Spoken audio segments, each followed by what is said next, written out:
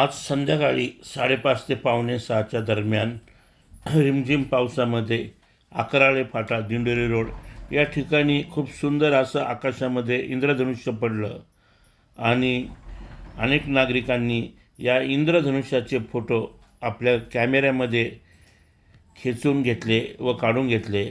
अतिशय अर्धा चंद्र आकार असं हे छानसं इंद्रधनुष्य खूप छान असं दिसत होतं. जुने जाणकार यांच्या मते इंद्रधनुष्य पडलं की मग पाऊस काही दिवस सुट्टी घेतो असं अनेक जुने नागरिक म्हणतात. दिंडोरी रोडवर अकराळे फाट्याजवळ बघा कसं मस्त इंद्रधनुष्य पडलेलं आहे आणि रिमझिम असा पाऊस चालू आहे. आणि पूर्वीची लोक सांगतात इंद्रधनुष्य पडलं की पाऊस जातो किंवा पाऊस येत नाही, परंतु अशा इंद्रधनुष्य पडल्यानंतर देखील जोरदार असा पाऊस येतो. आणि आपण सर्व छायाचित्र एकदम ठळक दिसतंय, बिलकुल अर्ध चंद्रकार आकारामध्ये.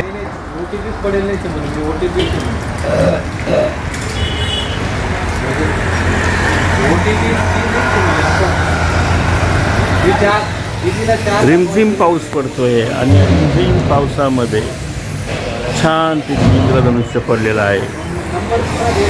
तर काय होतं, इंद्रधनुष्य जर पडलं तर हा जो पाणी हा पाणी काही टायमाला कमी पडतो.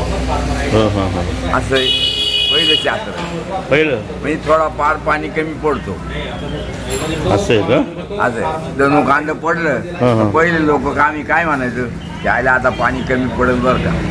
पण ते आता ते दिवसमान चांगले नाही साहेब राहिले, त्याच्यामुळे हे सगळे उलट पालट झाले. त्याच्यामुळे हे काही एक मार्गच असेल पहिले राहिले नाही. आता जोरात पडतो इंद्रधनुष्य, राहिलं तरी पाऊस पडतो. तुम्ही काय म्हणले इंद्रधनुष्याला?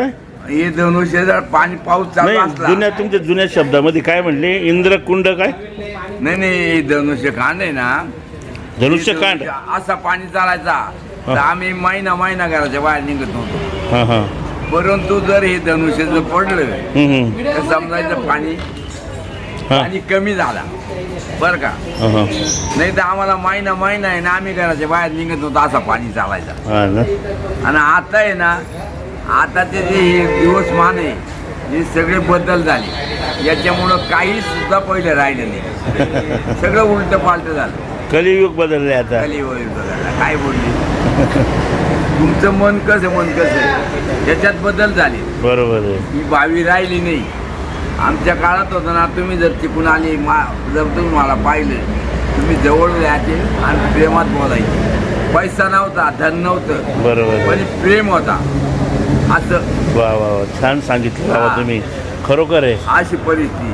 आणि आता आहे ना, अजूनही मी तुमच्या आणि आमच्या परिस्थितीत अजून 1 वर्ष 4 वर्ष असे नाही तर इथून पुढे ना आणि पालवीमध्ये असा फरक पडणार आहे. बरोबर का विचारायचं नाही. तुमचं पूर्वीच्या काळी जिव्हाळा होता, प्रेम होतं, माणुसकी होती. विचारायचं गरिबी पण माणूस केलंय.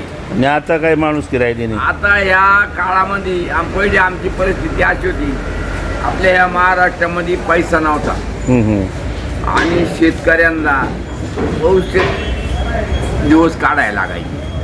परंतु या काही दिवसात आता माझ्यापासून मला थोडीशी माहिती झाल्यापासून या बाहेरगावच्या ज्या कंपन्या आपल्याकडे आल्यात, बँका आल्यात, याच्यापासून शेतकऱ्यांना त्यांनी अशी सवलती, पैशावाल्या राष्ट्र त्यांनी अशा सवलती का आल्या का शेतकऱ्याला कर्ज द्यायचं. ह्या कर्जामुळं ही परिस्थिती झाली. हे धंदे वाढले, हे दुकाने वाढले, पैसा जादा झाला आणि त्याच्याकडून बिघडलं. प्रगती दुष्ट झाली म्हणजे ओळख राहिली नाही. नातेवाईक हा नातेवाईक कोण आहे हा सुद्धा समजते नाही. बरोबर. माझा पोरगा आहे हा सुद्धा मला 4 दिवसानं म्हणणार नाही का माझा बाप आहे, माझ्या बापानं काय केलं. बरोबर, हे ओळख नाही. आजकाल फॅमिली माहिती, फॅमिली जर तुम्ही केली ना पोराला तर तो फक्त फॅमिली आई समजतो आणि तो बाप समजतो. आपण जन्म द्यालाय ना ही आपल्याला समजती नाही. बरोबर आहे. काय नाव बाबा सुद्धा माझ्या परिस्थितीत आहे. तुमचं? काय नाव? हा? नाव?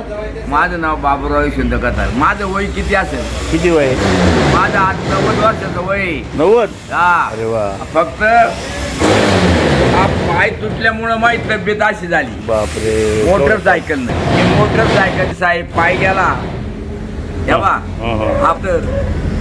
हा पाय तुटला मोटरसायकलनं माझा. तर हे जे रक्त आहे ना हे रक्त मला राहिलं नव्हतं. बापरे. 20 वर्ष झाली मला अजून आंबोला हा काही नाही का व्यसन नाही कुठलं? फक्त माझ्या वडिलांना आंबोल होती आणि मला व्यायाम करण्याची ताकद होती ही सुद्धा होती. माझ्या वडिलांनी मला असं खायला घालायचं तेव्हा गावठी खाणं होतं. तेव्हा गाई होत्या घरचं गाईचं तूप आणि जे नाही ते बदाम शिरे हे खायला घातले. तर अजून माझ्या अंगाला कोणताही आजार नाही. इंजेक्शन गोळी काही नाही अजून नाही. इंजेक्शन हे पहिले लागलं ना त्या रोज तू माझ्या अंगाला इंजेक्शन मारले नाही तर तोपर्यंत इंजेक्शन कधी माझ्या अंगाला माहिती. ओके चालेल. आणि आता तुमच्या या पाठीपासून थोडंसं काही दुख नका दवाखान्यात यायला लागेल. खरे खरे. फक्त या आजारामुळे तब्येत जर बिघडली तर मग बाकी इंजेक्शन गोळ्या घेतो. ओके.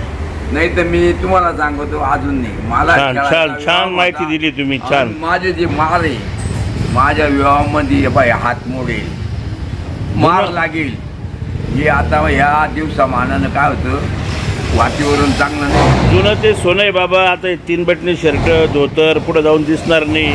फेट्यावाले बंद झाले. पहिलं फेटा राहायचा फेटे घाले पगडी. आणि पहिले लोकांची शाश्वती कशी होती.